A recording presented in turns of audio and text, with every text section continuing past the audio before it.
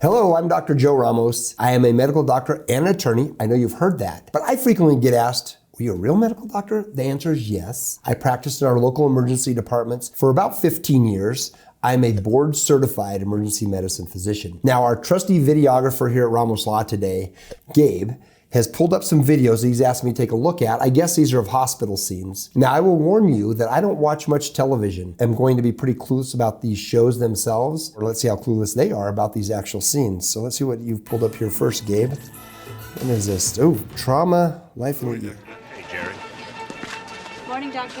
This was the scene at 6:15 this morning in the Loop where a building collapsed during construction. Our action You got cam any news estimate team on the took this injuries? extraordinary footage of the tragedy, How long which before so they far arrived? has left at least 12. That is true. So here's a scene. The doctor walks in, he sees something on television about a building that's collapsed, and somebody's asking how long until they arrive. I've had this happen many times where we know that there's some event that has happened in town, like a major shooting at a place. I was actually on when Columbine happened and took care of many of those kids that were shot. And we had heard about the shooting, and then all of a sudden, the red phone started ringing. And when the red phone rang, it meant, uh-oh, here they come. The next question is, how many? What's our capacity? So to that point in this video, though it's early, that's very accurate. And 2 dead.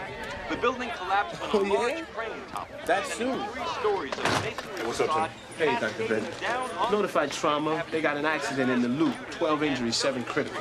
Our Connie Marie Bradley is live at the scene with action. Good day for surgeons.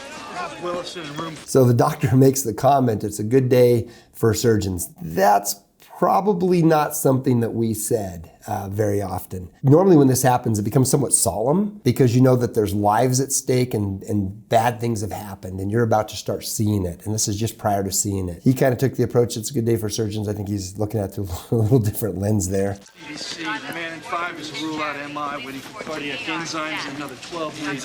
Dr. Ross, he's in 3, sleeping it off. Why don't you wake him and get him out of there? 9, I need a uric acid. Do you know what this is all about? Building collapsed in the Loop. They're sending us a dozen hot ones. Yeah, well, who's on? Just us. Okay, that's accurate. First of all, in the emergency department, you are juggling many balls at the same time. And it was frequently just like this. There'd be someone who had been run over in one room, someone with a stroke or heart attack in another, a car crash, many things juggling and making decisions and kind of clearing out rooms and getting things ready. Also, he says it's just the 2 of us. I was an attending at the university hospital. We had 2 attendings, I think 5 residents as I recall, and I think we ran about 72 beds. So not unusual for there to be just a couple attendings, or you'll probably see some residents coming up here in the coming scenes. Not unusual to hear that there's a car crash with 7 injured, a building that's collapsed, and you heard the other patients he's already talking about. That was one of the things that actually I loved about emergency medicine when I was practicing full time, was never the same. Floor, tell them we need anybody they can spare. Why don't you do that now? Okay, here the patients are starting to roll in. Now we'll see how the medicine goes here. Tell me your name. Next to 3, that way. Which way? That way. Surgical 1, down to the end on the right. Last door on the right. What's your name, sir? What is your address? Okay, that's always driven me crazy, and I don't know why that happens. That's accurate. Here this person is clearly, you see a bloody bandage, their neck's bandaged up. There's, paramedics towing them down the hall, and you have somebody asking them what their address is. The hospitals do this. That's reality. I don't like it. Mr. Wilson? Okay, people, let's go. Let's bring them in.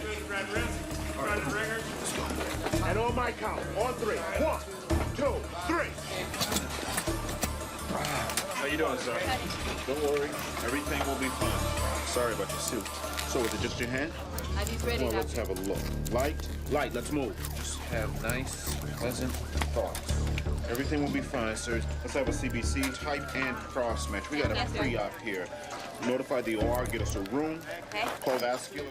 Okay, so reality. In this scene here, there's a couple things. First of all, yes, pretty much everyone gets their clothes cut off of them. The reason is you never know what you'll find underneath. Many times they're what we call distracting injuries. As this person has an injured, looks like at the wrist here, almost a disarticulated wrist. I can see from now, we haven't even gotten to this part in the show, and maybe it won't, that the hand looks discolored, it looks white. Immediately the doctor can tell this is going to the OR, there's loss of circulation, and immediately the doctor knows this is a distracting injury, meaning when a person has an injury this bad, it can distract them from other injuries. That's why all of the clothes are cut off. You see they're cutting off his pants Even though the injuries at this point we know are all above, it's because it could be a distracting injury. He's immediately made the determination that the OR is going to be necessary. That's the operating room. Very realistic. We used to always say time is tissue. The longer any tissue goes without blood supply, the more likely you're going to then lose that. So he's made a wise call here right off the bat. He's saying OR is necessary. He knows it immediately. He's exposing the full patient. Let's see what comes next. Call orthopedic. Tell him to come down here now. On my way. This is their lucky day. Mr. Wilson, your hand is still attached. Not by much, but it's going to be okay. Give me an EKG and X-ray of his chest, wrist, and hand. Mr. Wilson, can you feel anything in your hand? No. We're going to save your hand. Don't worry about a thing. Now, I want to stop there for a moment. Sorry I'm stopping this so much, but there's a lot of good stuff happening here. The first thing is, you notice that he ordered an EKG and a chest x-ray. Now you might be going, hold on a minute. It's this guy's hand. What are we doing EKGs and chest x-rays? Is that real? Is that really part of the show here? The answer is yes. Why? Because clearly whatever trauma it took to cause this to his hand may have affected other parts of his body. If this was a car crash, did he crash because he was having myocardial infarction, an MI? In other words, a heart dysrhythmia or something that caused him to then crash. If this is car crash associated, we don't know that yet. If this is fall associated, was it something with his heart? So one of the things we get quite often on people is the EKG, because it does no good to fix his extremity if he's got a heart that's dying because he has blood vessel occlusion. So yes, that happens. Chest x-ray, the same reasons. If you got a trauma this bad somewhere, we want to make sure there's not another major trauma somewhere else. Again, if you focus too much on certain areas, you can miss bigger injuries that then could lead to death, and then it does no good to be doing repairs on these other areas. Mr. Jackson, where does it hurt? Where does it hurt, Mr. Jackson? Does it hurt when you breathe in? Now it looks like the camera's shifting back and forth between multiple rooms here, people with different traumas, different injuries, maybe even different events. Okay, where are we taking?